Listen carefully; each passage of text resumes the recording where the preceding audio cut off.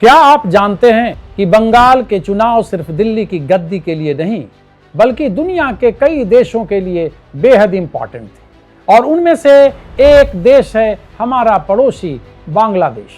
जैसे ही पश्चिम बंगाल के चुनावी नतीजे सामने आए, बांग्लादेश के गलियारों में एक अजीब सा सन्नाटा पसर गया। वहां के एक सांसद का बयान आता है कि अगर बंगाल में बीजेपी आ गई तो हमारे लिए एक बहुत बड़ा संकट खड़ा हो जाएगा। लेकिन बात सिर्फ एक सांसद तक नहीं रुकी दोस्तों। धमाका तो तब हुआ जब बांग्लादेश के गृह मंत्री सलाहुद्दीन अहमद ने कैमरे के सामने आकर कहा, यानी एक ऐसी बात कह दी जिसने दोनों देशों के कूटनीतिक गलियारों में हड़कंप मचा दी। आखिर क्या है इस महाहड़कंप की वजह? इस पूरे मामले को फैक्ट के हिसाब से जरा तार्किक तरीके से समझते हैं और आपको भी समझाने की कोशिश करते हैं कि आखिर भारत क्या कर रहा है कि पड़ोसी बांग्लादेश में खौफ का माहौल है, हड़कंप मचा है। कौशलेंद्र प्रियदर्शी नाम है हमारा। नमस्कार, आप देख रहे हैं न्यूज बेल्ट का खास शो 360 डिग्री।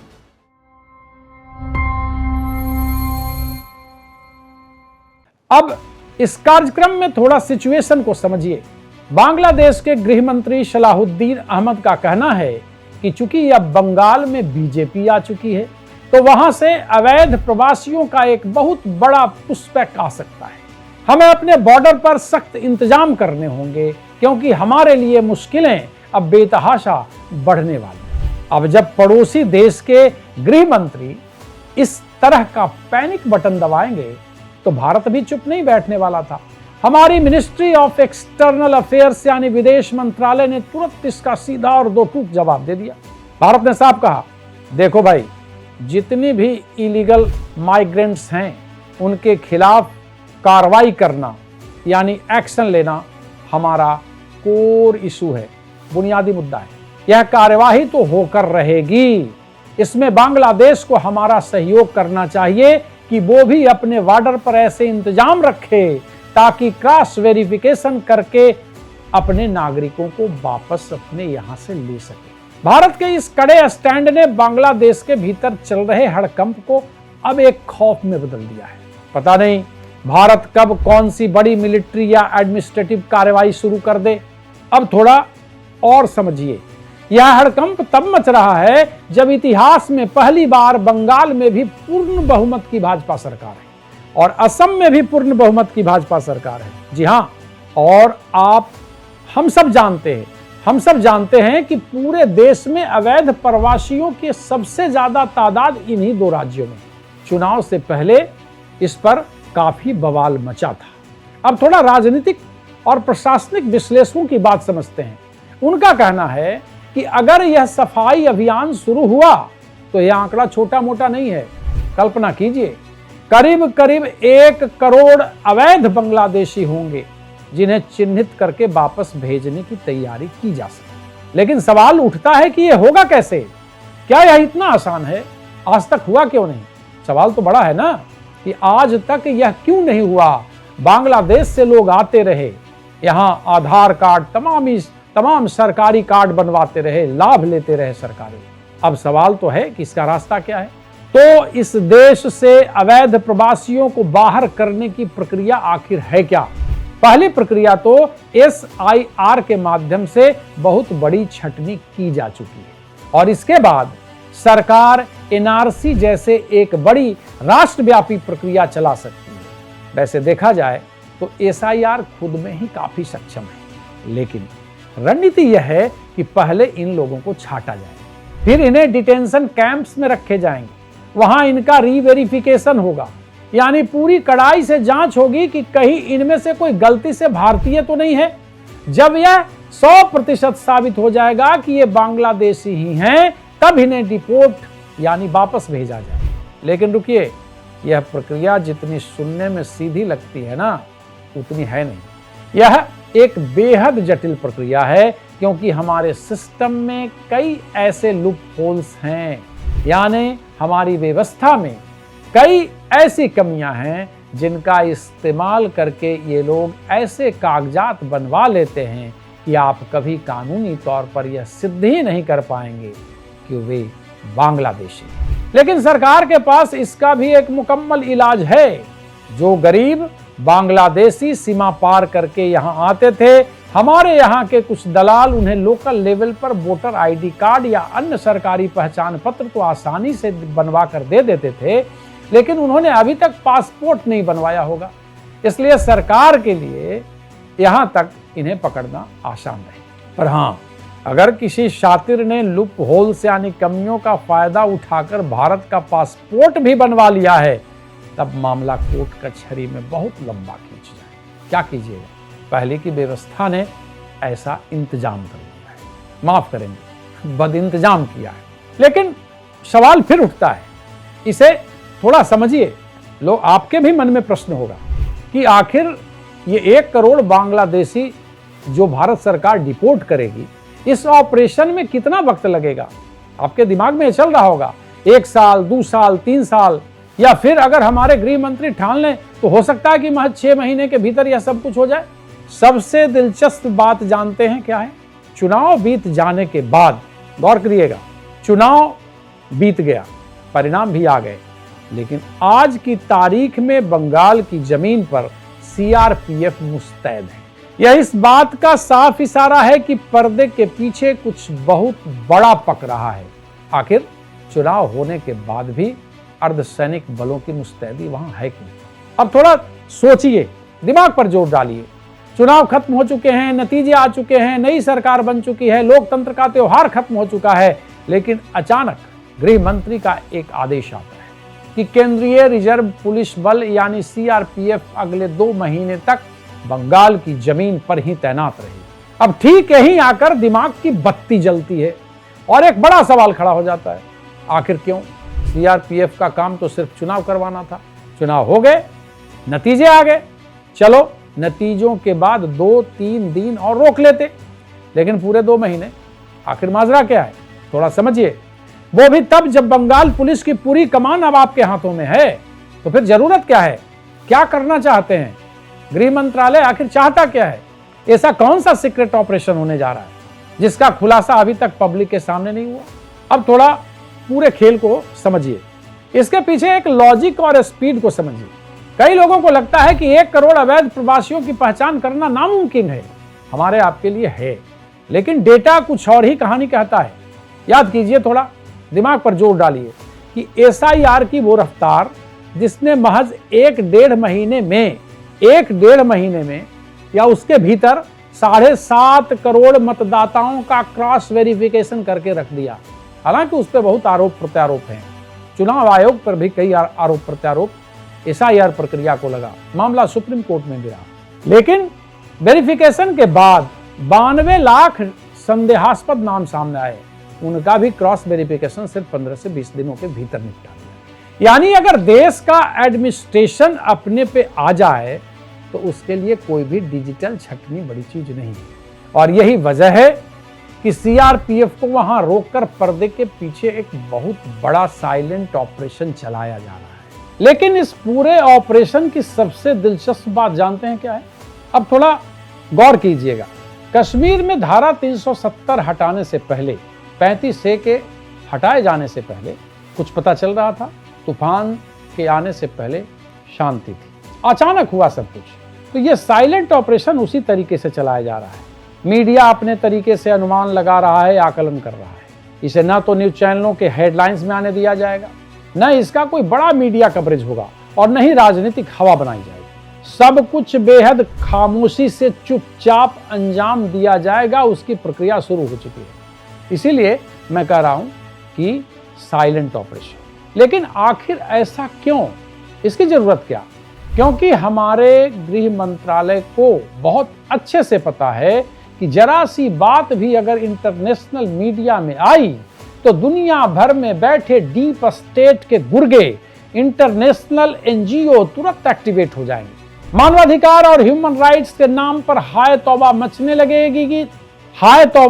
लगेगी कि देखो महिलाओं के साथ क्या हो रहा है, बच्चों के साथ क्या हो रहा है, मानवता खतरे में है।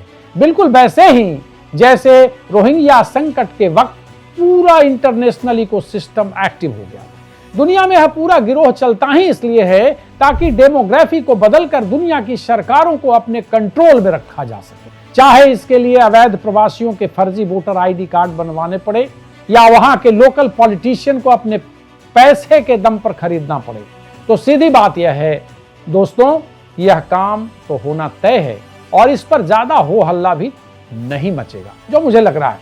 इसलिए आज से 15 दिन बाद, 1 महीने बाद या 2 महीने बाद मुझसे या किसी और से यह आंकड़ा मत मांगिएगा कि भाई बताओ कितने अवैध बांग्लादेशी वापस लौट गए।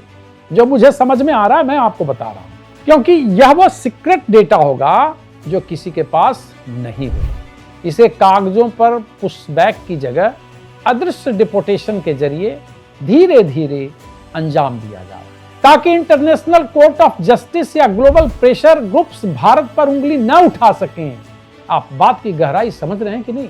अब इस पूरी कहानी के सबसे बड़े ट्विस्ट पर आते हैं, थोड़ा समझिए इसको। पिछले 6 महीनों से आप रक्षा गलियारों में लगातार एक खबर सुन रहे थे कि हमारे बेहद संवेदनशील बिहार से सटा इलाका है सिलीगुड़ी कॉरिडोर, जिसे देश का चिकन नेक भी कहा जाता है, वहां भारतीय सेना की प्रेजेंस अचानक बढ़ाई जा रही है। वहां भारी हथियारों की खेप पहुंच रही है, नई बटालियंस तैनात किए जा रहे हैं। आखिर क्यों? उससे भी बड़ा तो हैरान करने वाली बात है ना भाई कि हमारे देश में कई रक्षा विशेषज्ञ हो जाते हैं। विशेषज्ञ तो रहते ही हैं, रक्षा विशेषज्ञ हो जाते हैं। अब वो रक्षा विशेषज्ञ बनकर पूछने लगते हैं क्या चीन के खिलाफ कोई ऑपरेशन होने वाला है, क्या कोई जंग छिड़ने वाली है। तब आप इन बातों को समझिए।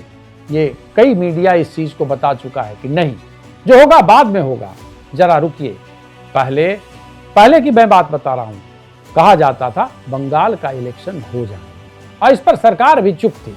याद कीजिए थोड़ा वो दौर जब बांग्लादेश के तख्ता पलट के बाद मोहम्मद यूनुस की सरकार बनी। देश का हर सजग नागरिक सोशल मीडिया पर सिर्फ एक ही सवाल पूछ रहा था कि क्या बांग्लादेश में हिंदुओं पर अत्याचार हो रहा है, उन्हें मारा जा रहा है, भगाया जा रहा है, तो हमारी भारत सरकार सोई हुई क्यों है?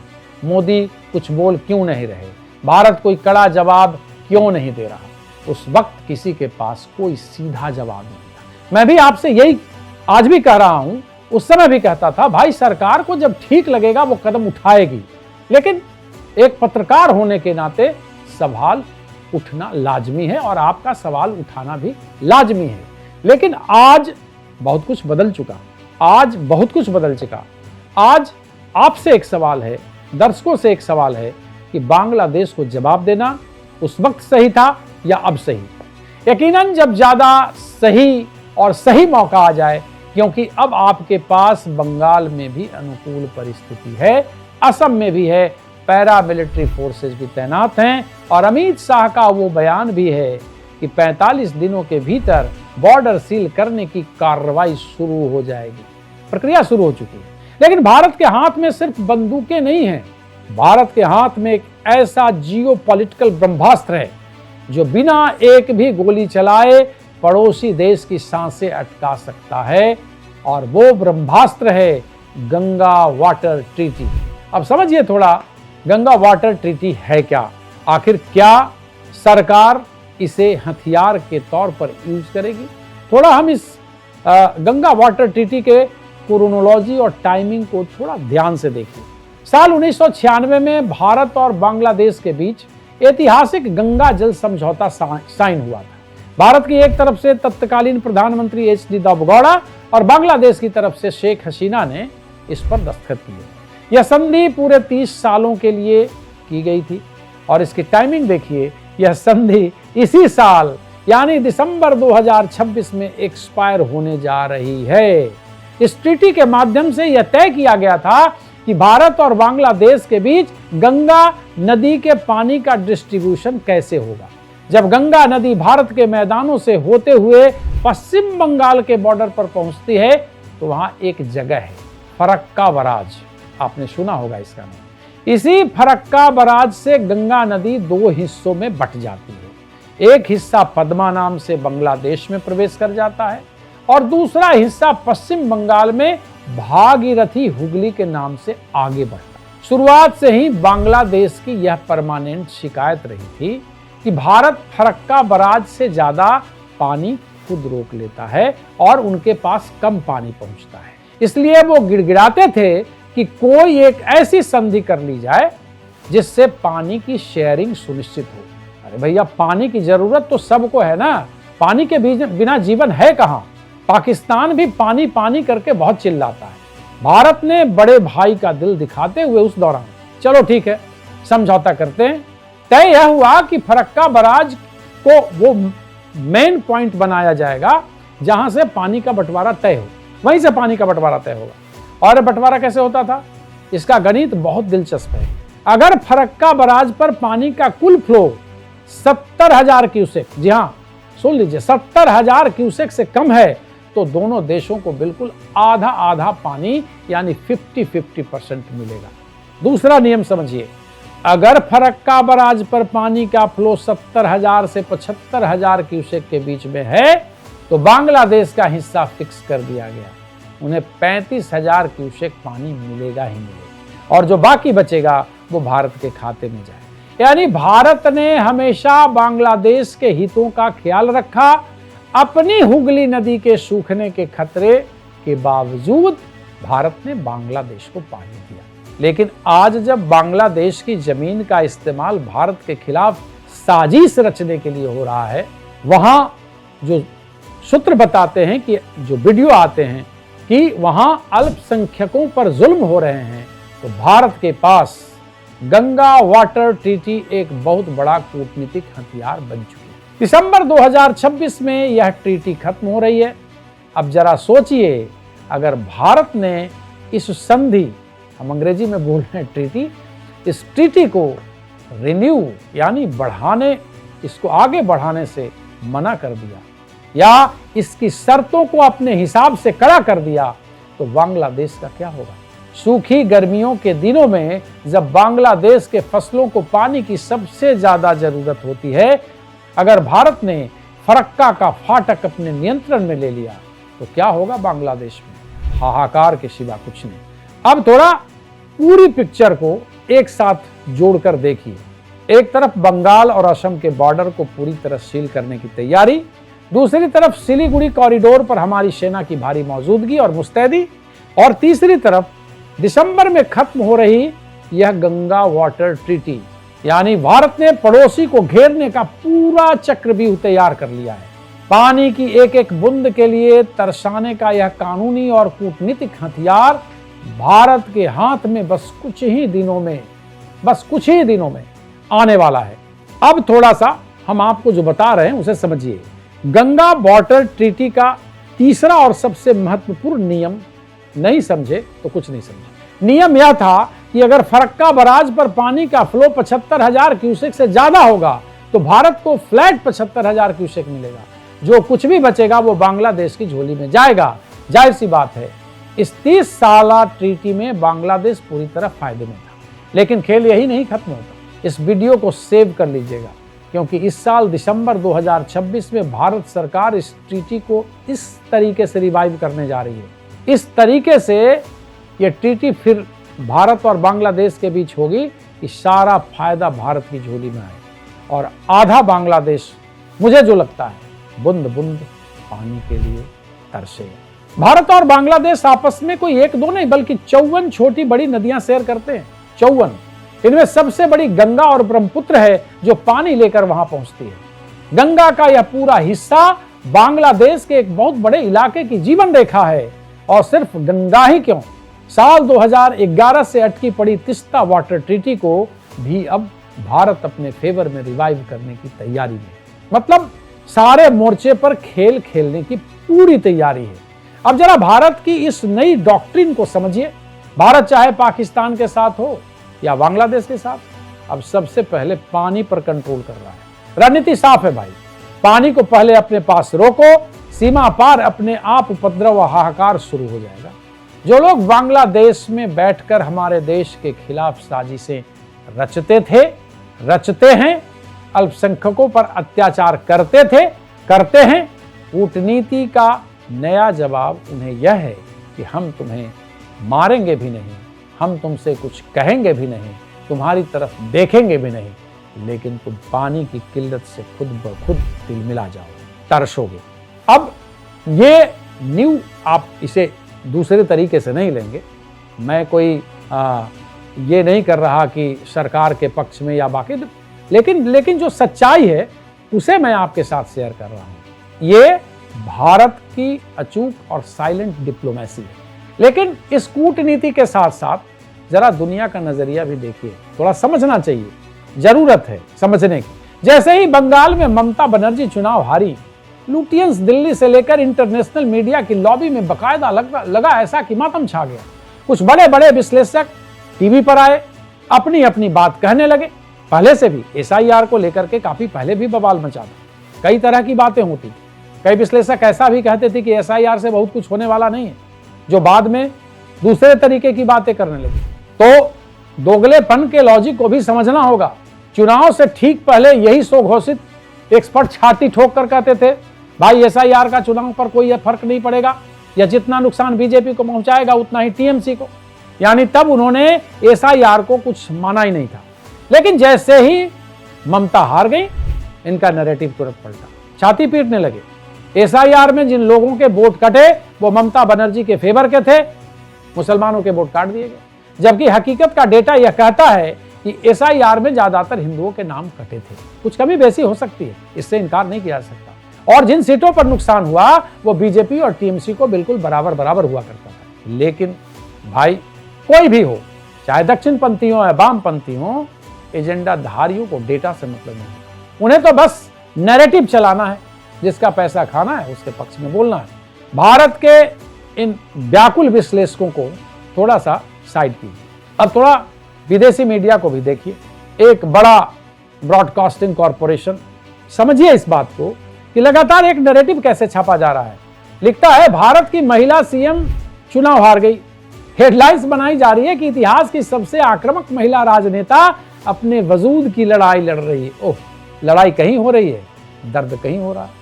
ऐसी संवेदनाएं जताई गई जैसे भारत में कोई महिला मुख्यमंत्री बची ही नहीं। अरे भाई, आपकी जानकारी के लिए बता दें कि भारत में भी अब महिला सीएम के तौर पर दिल्ली की कमान एक महिला ही संभालती है, भले ही वो भारतीय जनता पार्टी। लेकिन महिला के नाम पर हेडलाइंस बना देना आखिर यह साबित क्या करता है? लेकिन इंटरनेशनल नैरेटिव क्या सेट किया जा रहा है? मतलब ममता बनर्जी, लोकतंत्र में हार और जीत तो होते ही रहता है ना।